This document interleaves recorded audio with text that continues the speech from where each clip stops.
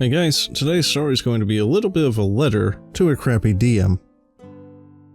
This is an open letter to our former DM. Dear R, it's been a while since you disbanded our group and posted your point of view on Reddit. Long enough now that I feel like I can write this now without making it obvious who I'm replying to. There's a lot of things that you brought up, a lot of things that weren't true. Just like the things that you told us, your former players. You claimed that we wouldn't make any serious characters anymore, and that we'd want to be murder hobos. I don't know where this was coming from, when in our last completed module, The Lost Minds of Phandelver, and we didn't even kill the BBEG, but instead made him work for us. We also didn't kill all the goblins, hobgoblins, and bugbears that we came across, but instead befriended them or gave them an offer to work for us, which most accepted. Or maybe you thought about the slave smugglers that my character wanted to kill in Ghosts of Saltmarsh. Well, what did you expect from a necromancer, who thinks lightly about death, and more to the point, the one who you gave the backstory that she was the sole survivor of her tribe when slavers came and took her away. You know, the one you gave a pact with the Raven Queen, who now expected a weekly payment of 10 skulls, all of whom were killed by my necromancer. And even then, on how I paid that debt with fish instead of people. It's also fun how you claimed that the players you'd play with wouldn't know how to DM well. I wonder how you want to know that, seeing how you didn't want to join the games that we DM'd, and thus never experienced our DMing styles. It's also funny considering that our games still run perfectly, with everyone having fun, while the group slowly dissolved under your rule. You also blamed me for being a problematic player that left you mid-session, and I see why you think that way, seeing as how you always stopped any attempts at me roleplaying my character, and growling at me to just accept your rules without questioning. And then when you finally gave us a murder mystery, I was actually looking forward to it, and then, after the murder happened, and we started to question the people around the table, you made all the NPCs go away, destroying any chance to solve the murder. And more so, after you split our group up, you forbid us to discuss the events as players. And my mental health hadn't been well, and you knew that, and I realized how bad I was feeling in that session, so I left to save my sanity. And I told you that. And you wanted to talk, but I did try to talk to you in the past, and you never listened.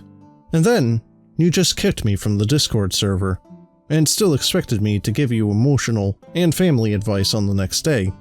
And you know what I did that day? I opened a new Discord server, and I invited everyone, even the players that you kicked out before. It was meant as a hub for us to stay connected and invite each other to new games. And everyone joined, and everyone agreed to just how difficult that you had become. And a week later, after you disbanded us, this became our new home server. So yeah, sorry to tell you, but you didn't disband us. You're simply the one person who left the group. In fact, the reason most of us stayed so long was because we enjoyed playing with each other. And for that cause, we put up with you. You changed, R.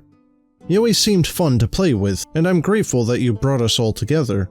But it really became sour after you posted, over and over again, "Your DM works hard, so respect him and be grateful," memes and tweets, and how you wanted a DM break. And we decided to continue to play by making 3 new campaigns, playing them tri-weekly so everyone had time to prepare. And you didn't want to join any of them. And how you returned and told us that we could stop our campaigns now, since you were back, even though they brought us so much more fun than yours. And how you joined Jay's Halloween one-shot, and were the most irritating, irrational player that we had ever encountered.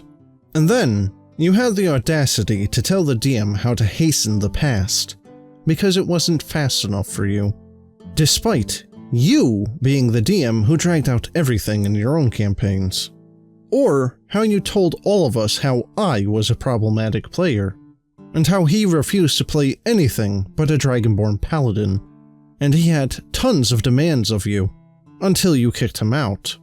And now, he plays with us, as a dragonborn gunslinger, and enjoying himself, and having made no demands whatsoever.